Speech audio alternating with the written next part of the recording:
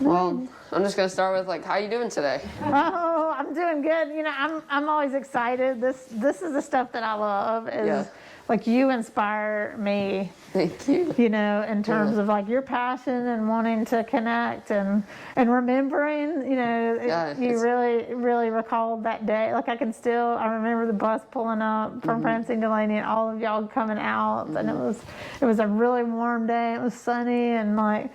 It's really kind of amazing to think about, like what we had no idea, like what was in store, you know, with the pandemic, and so, you know, reconnecting after this time is really powerful. But, you know, I'm always inspired by youth, and you know, we often say, you know, youth of the now, like there's that you're the future, you know, like no, you're the now, and so. I'm real excited to just meet with you and hear more about kind of what you're doing and share my story. And so I'm doing good today. Sweet. Sure. Thank you. Yeah.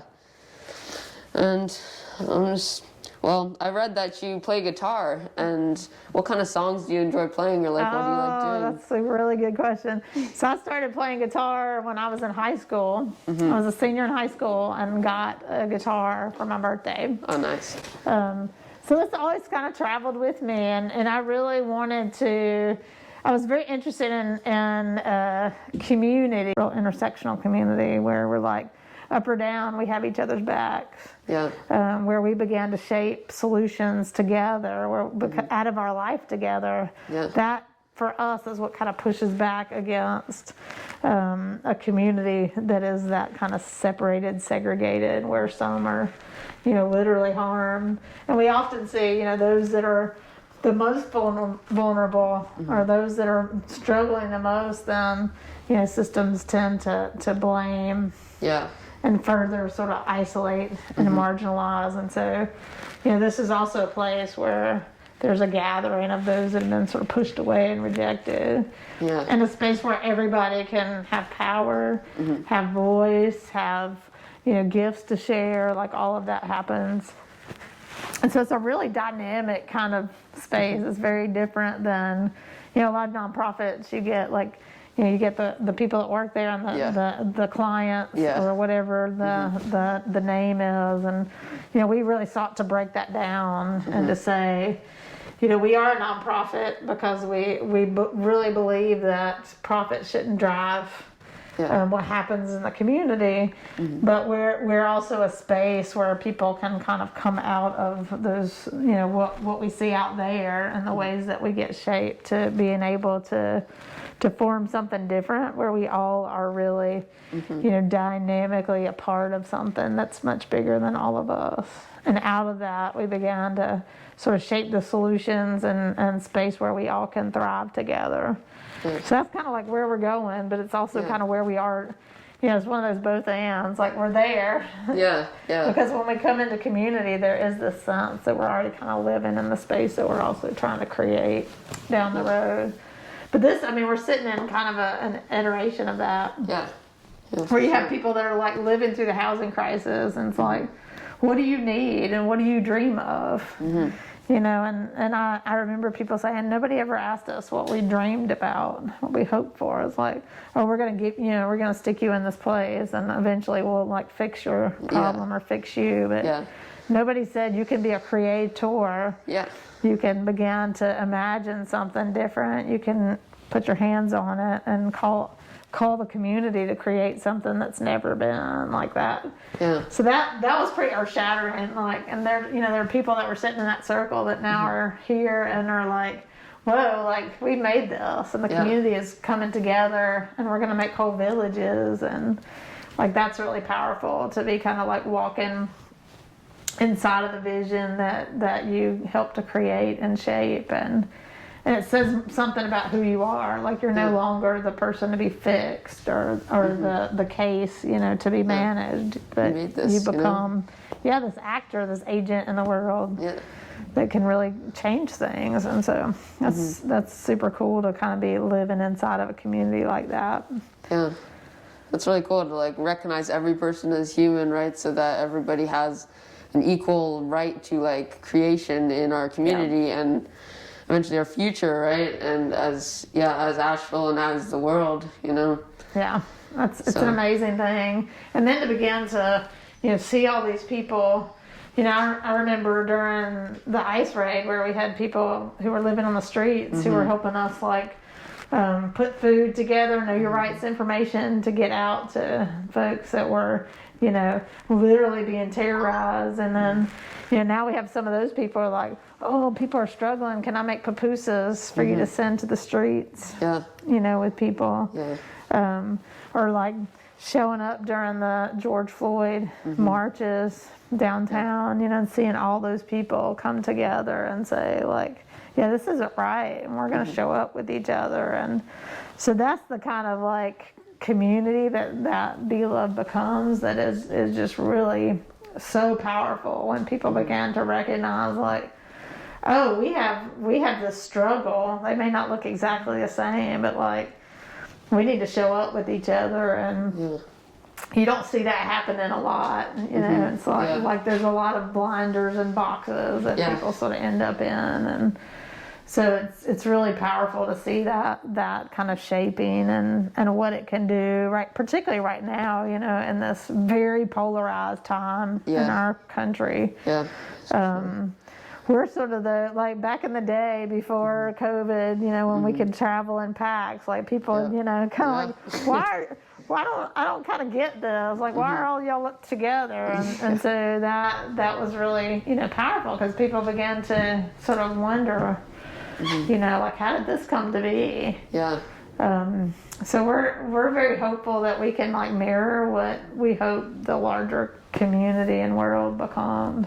Yeah, that's really cool. And I know you mentioned a lot of people kind of just focus on themselves, or maybe just where they're going in life, but not really how either they're going to affect other people, or they're just going past everybody else, right? Where they're not really focusing and not really acknowledging people around them and how they're doing, you know what I mean? And how our society's doing with everybody, you know what I mean? Yeah. And so that kind of leads me into the next question, which is what inspires you to do this work that a lot of people maybe wouldn't do, or maybe don't have the motivation to?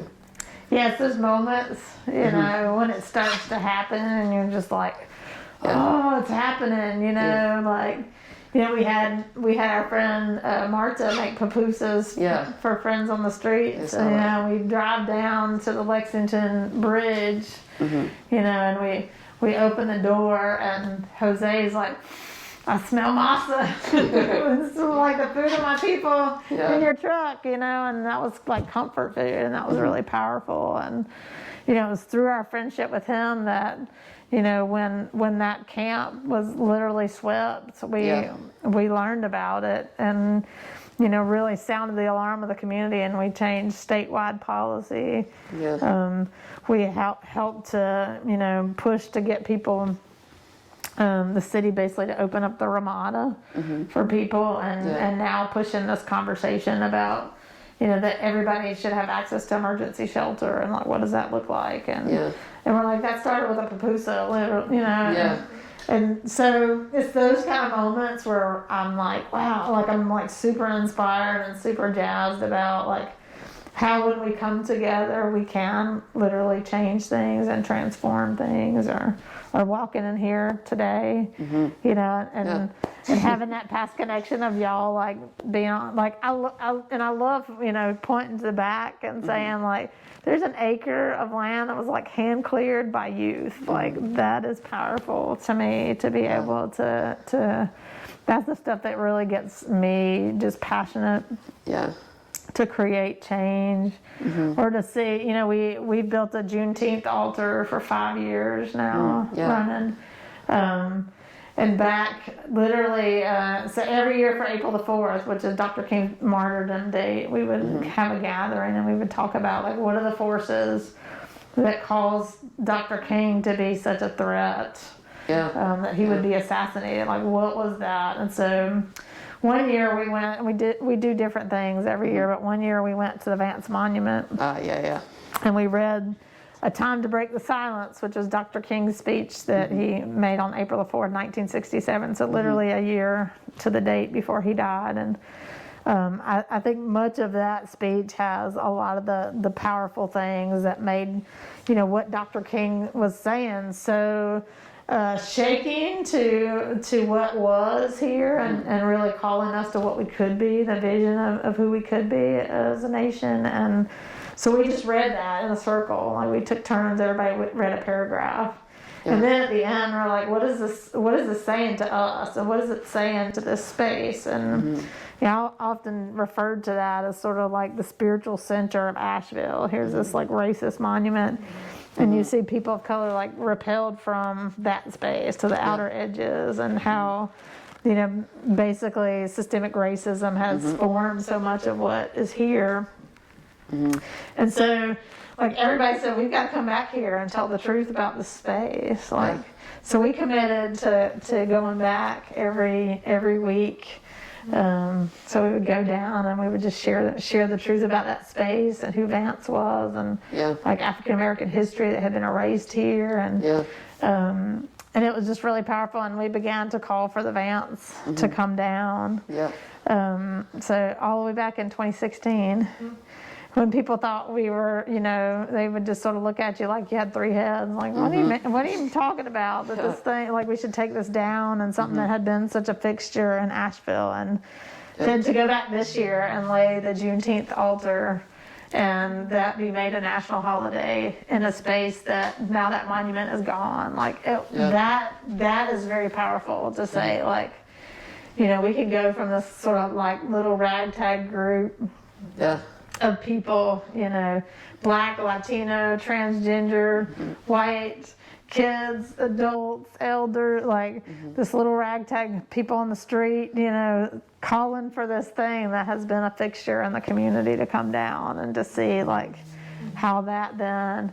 So our director of equity was on the committee that the county created to look at that, and then officially like recommend for its removal. And so that's the stuff that inspires me to see, like, I've been around long enough and walked this journey long enough that you began to see changes that you thought, we may, this is the right thing to do. We knew it was the right thing to do. We had no idea if the community would respond to it. And then to see, like, all these years later, that being transformed, and to march in the streets during, the time, where everybody in the country was marching almost around George Floyd, and like what that looked like. And, we started talking about police brutality when Jerry Williams was killed. He was an African American man killed here by the police. And, like I preached his funeral. Like I was with his mom when she saw him for the first time after he died. And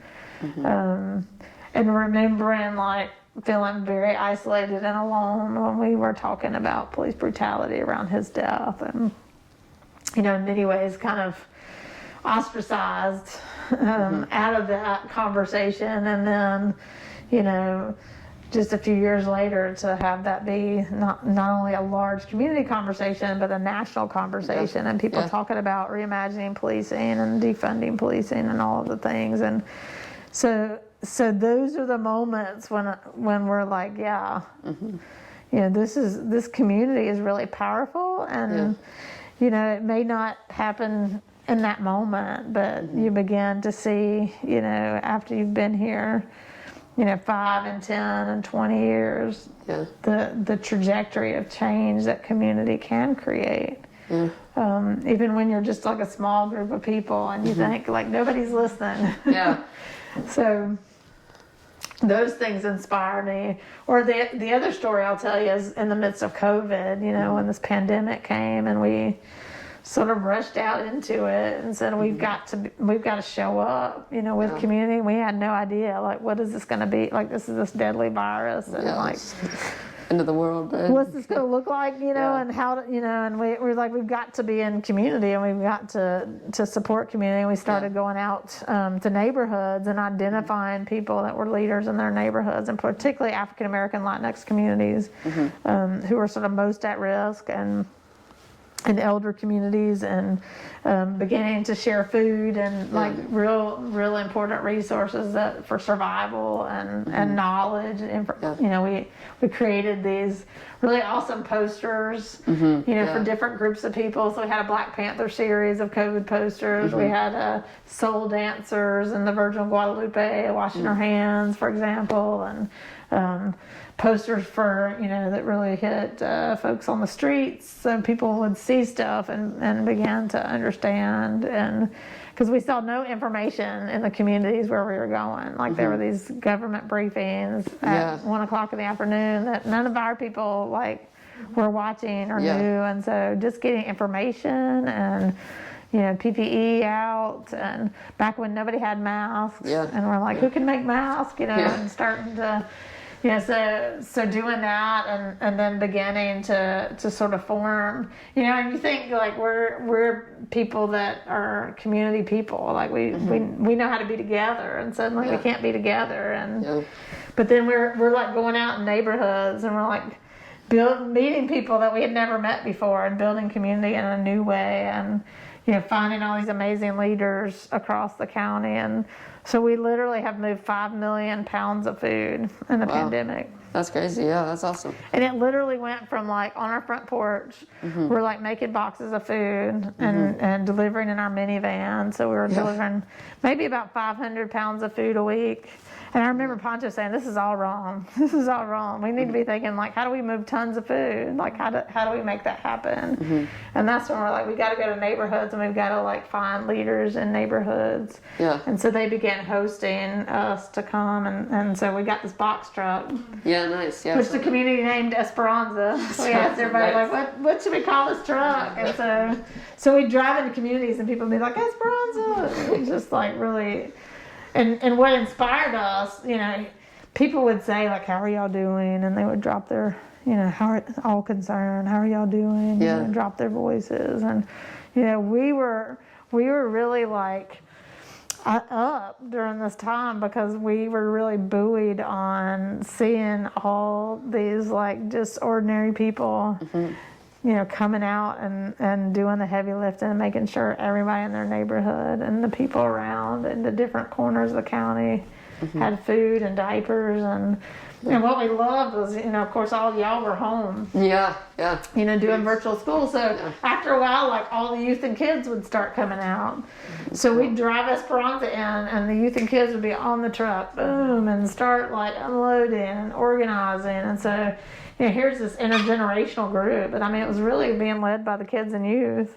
And we got so just jazzed about that, because we're like, look at this, is like the new school. Like they're, you know, because suddenly, like, you're learning different lessons, but of how to organize and support, you know, doing mutual aid and neighboring in a very unprecedented time, you know, in the midst of, you know, as we call it, you know, a quadruple crisis. I mean, you know, you have systemic racism and poverty compounded with the climate crisis, compounded with this pandemic. And so just seeing, like, youth and kids really getting that, like, how do we come together? How do we organize? And I mean, then we started doing vaccination events in, like, neighborhoods and at the bus station and campsites. And I mean, we had doctors from Mayheck, you know, like, at one point we turned Biscuit Head in South Asheville into a vaccination site. So we literally were, like, in parks vaccinating people on the streets, and then we went and transformed this restaurant. We're vaccinating workers. And then into African American and Latinx neighborhoods, that, like, all in one day. And we're like, have you ever had a clinic in the park, in a restaurant, in, like, a mobile home community all in one day? I mean, it was just, those were the moments when it was like, this is working, and this is, like, really powerful, and stuff that we couldn't even imagine. Like, if you had told us before the pandemic, like, oh yeah, B-Love's gonna deliver 5 million pounds of food in, like, 2 years' time, like, what? Like 50,000 pounds of food every week.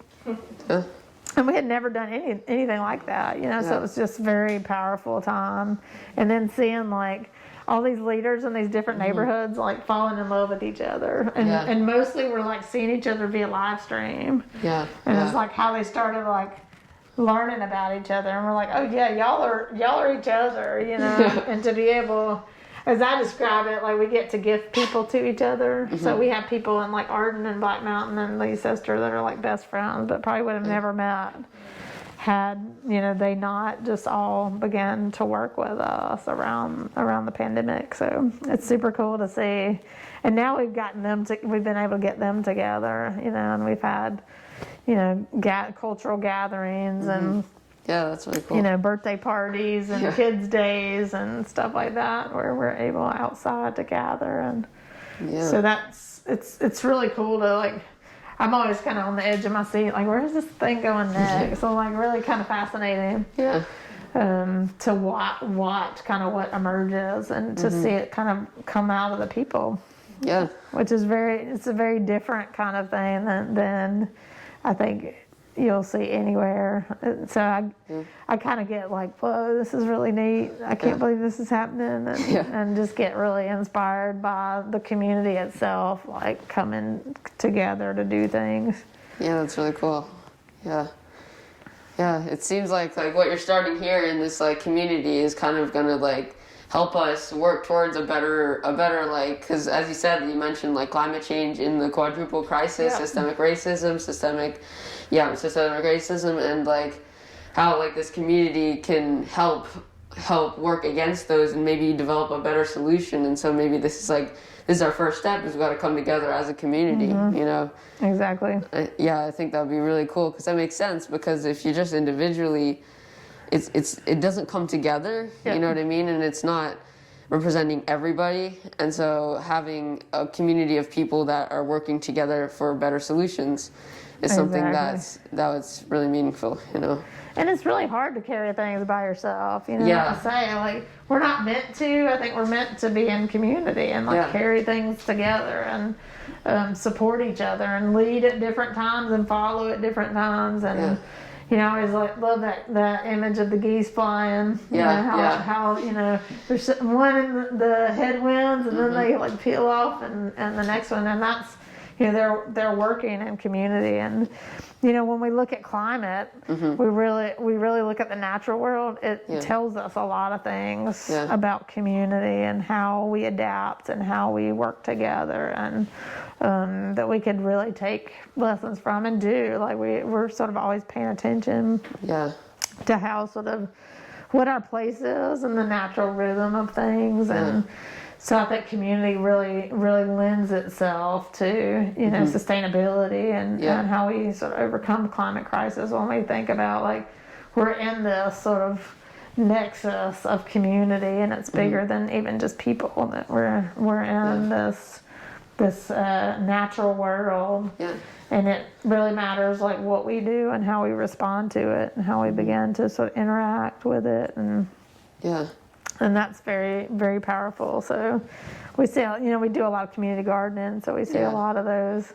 I've often like found gardening to be like a powerful sort of teacher about community, or like, and so like so much of what we do emerges like very organically, and we think about these really small, you know, I tell people, like, we never start out this like, you know, huge vision and like, oh, okay, we're going to do this big thing.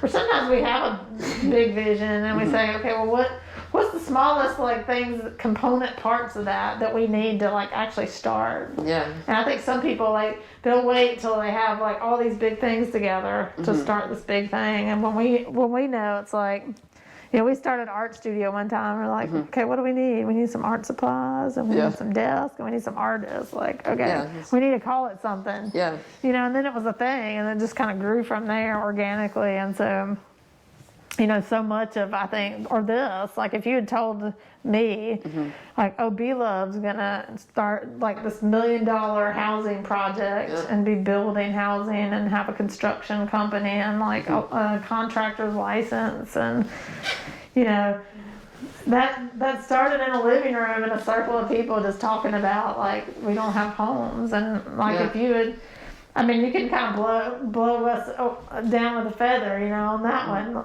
The fact that now we're sitting inside of an actual house that was built, and, you know, we have, contractors and civil engineers and architectural plans, and we're doing all these, building whole neighborhoods now. That's really, it's just wild to think about. Yeah, that's really cool. How that starts. But I mean, I think that's, to me, the answer.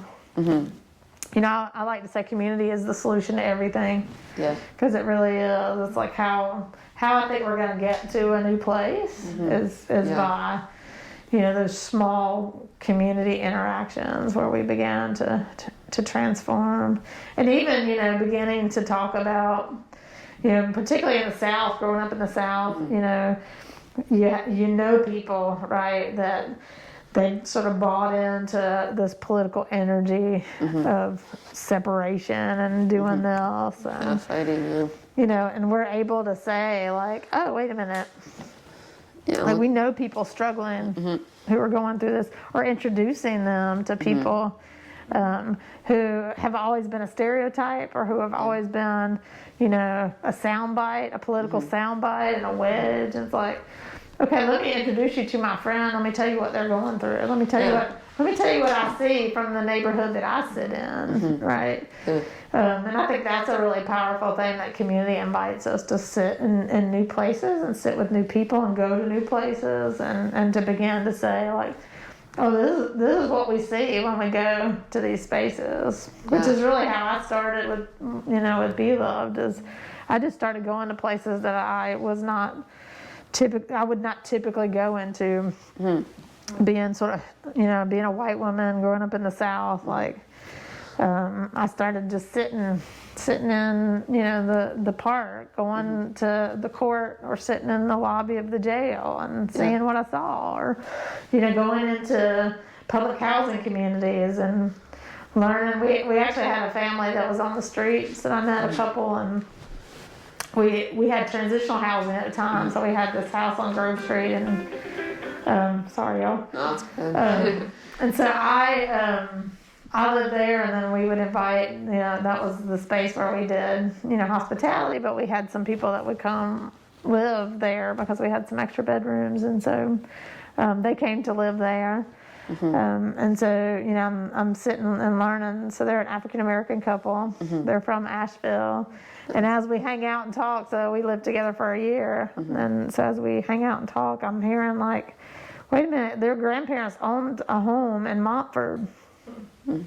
Right? Yeah. And I'm like, so in 2 generations, they're homeless. Like, how is that? So I began to, like, study, and so then I learned about urban renewal, right, where African Americans' land and homes were taken. The largest of that in the Southeast happened in Asheville, and all those people were moved into public housing.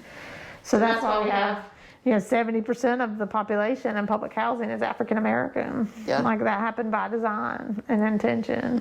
And it's part of how Asheville got to be very, very segregated. Yeah. And so I learned that through relationship with people, where I was like, well, this story is very strange to me. What is this? Right? I've never heard of this. Is how did this happen? Right? And so these are the things that the relationships are what then got me kind of like, oh, I need to learn what's going on.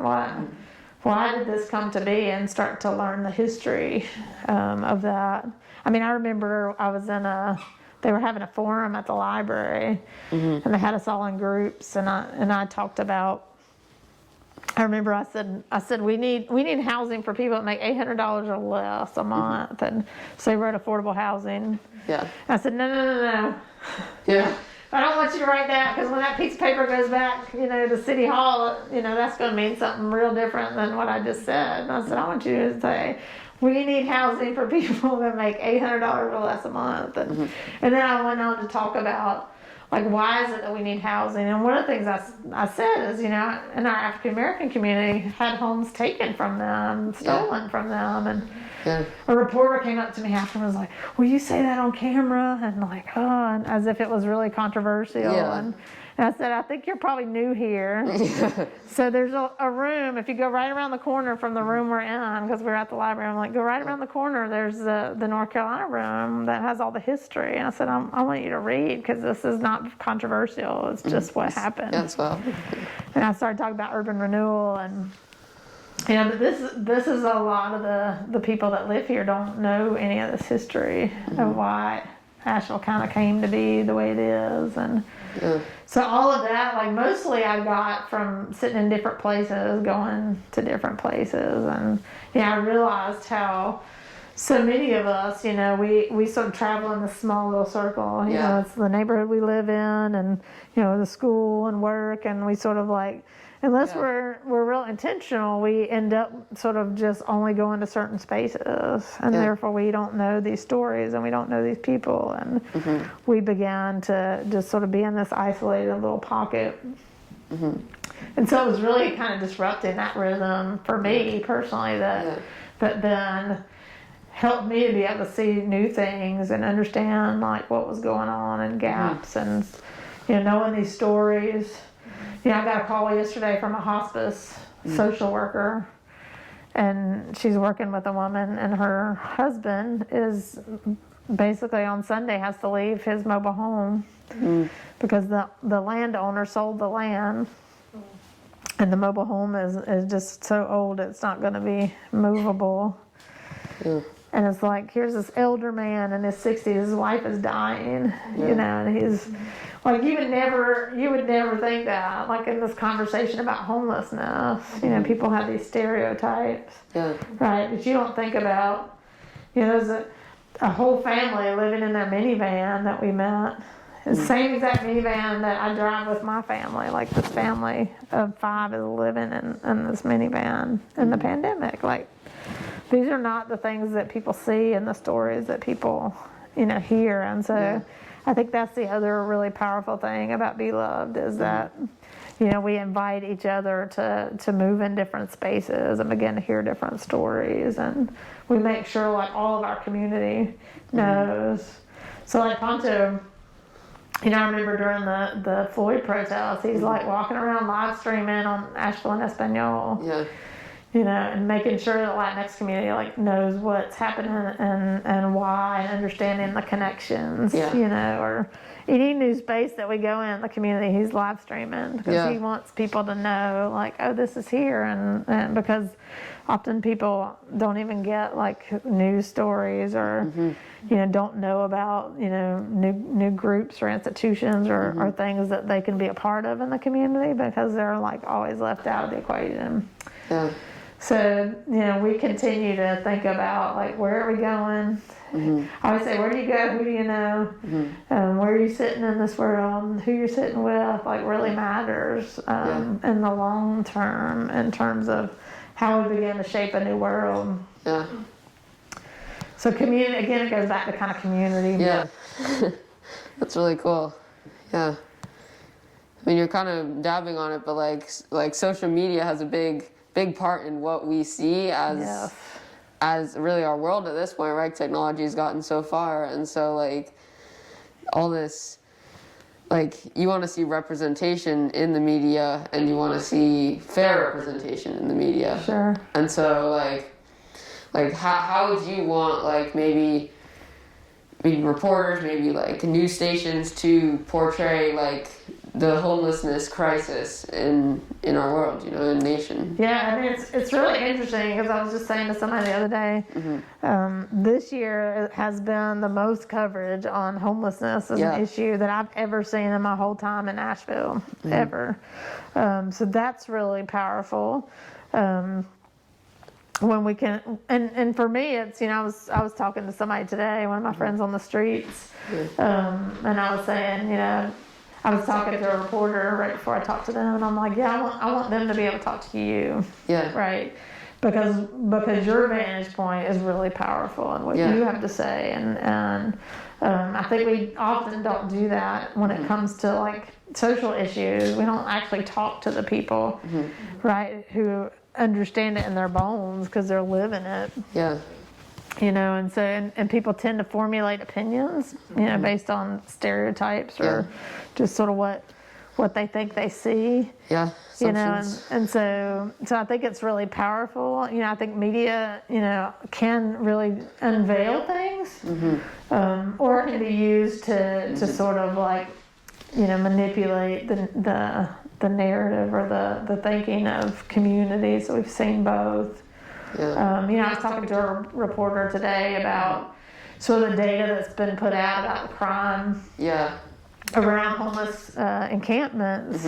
Yeah. And I was saying, I think that's the case of data following narrative. Like we have a narrative that we want to put out there, a particular narrative, and then we sort of like create data to fit that narrative.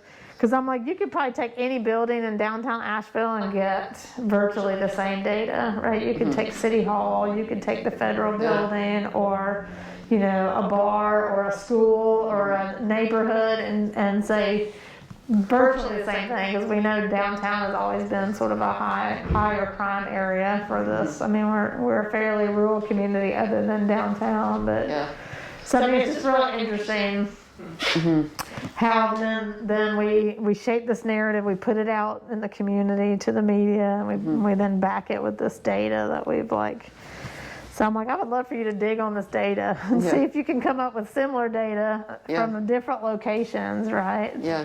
Because I'm like, you could probably take like Isaac Dixon Elementary and Asheville Middle School, for example, or City Hall, and like I say, come up with this similar data. And then you say, these school students are awfully violent, or whatever. Yeah. I mean, it's sort of interesting to look at how we sort of weave these stories together. Yeah. When I'm like, most of us ride around protected, right? We're in cars that have windows and doors that lock, and we're in homes the same, when you've got other people that are out all the time and have literally no protection. So it's an interesting, when we think about sort of media and I really am hoping and encouraging people to talk to people who have this lived experience. Yeah. So it's what we like to sort of point back to. Yeah. Is like, have you talked to people that are living this and what they're seeing and experiencing, and so she was saying. I heard the police in a business meeting today, and they were talking about how successful this 24-hour eviction notice is going for them. And I said, well, that's an eye of the beholder, right, in terms of being successful, because, we're seeing people who are scrambling and fearful and saying, where can I actually lay my head down at night to rest? And I'm like, that's a necessity for every human being, that we need to lay down at night and rest in a peaceful and safe place. And,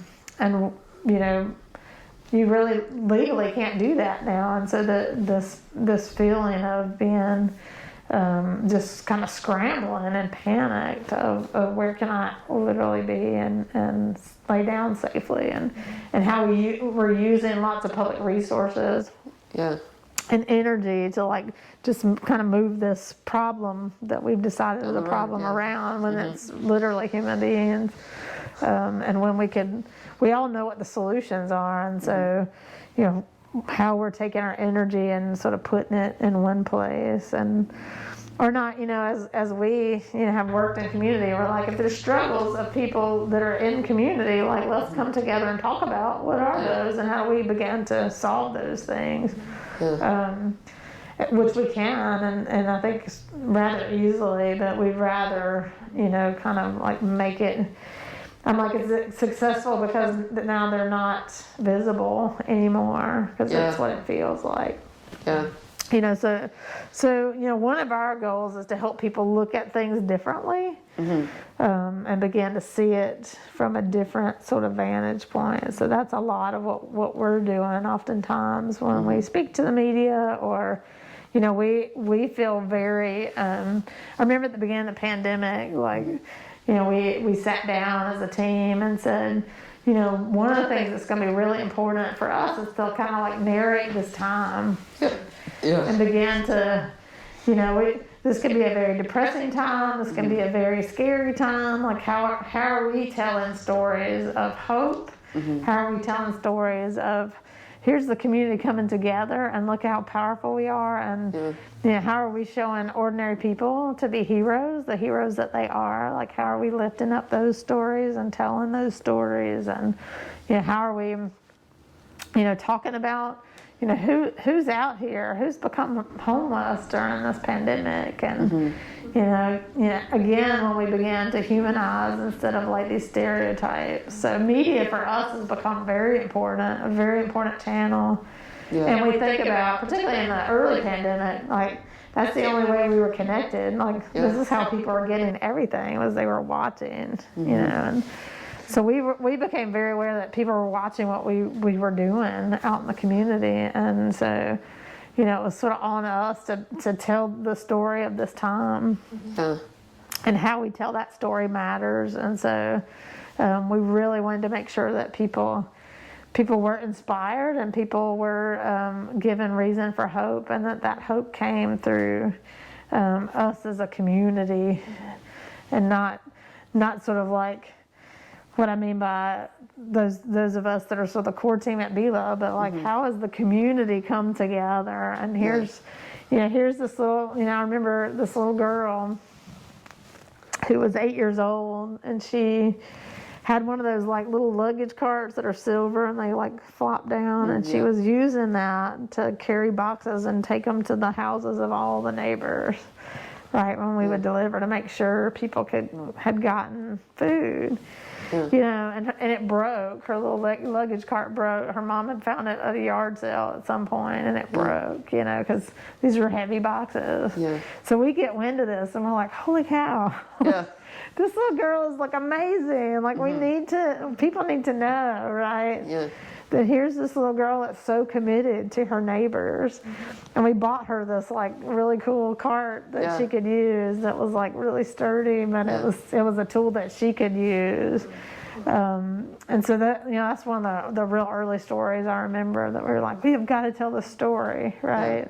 Because here's, you know, people were really just feeling down, you know, and to be able to say, like, this is where we're going. Like, watch her. She's leading us right now, and she's telling us, you know, how it is that we navigate and live through this time. And so that's, you know, for us, the media has been really an important sort of part of the work that we do, for sure. Yeah, it's really cool. I remember you saying that, like, Actually, let me think. Yeah, that's cool. You got some good questions. Thank you. Yeah, I'm enjoying this. You put a lot of listening. I'm letting him. I'm trying to stay out and give him his independence in this project, because I think it's in part for him to be inspired. Yeah. I think this is a good opportunity for him. Absolutely. He's learning a lot from you. Well, these questions are like really powerful, that you spend a lot of time like thinking about like what we should talk about. And I appreciate that. Yeah.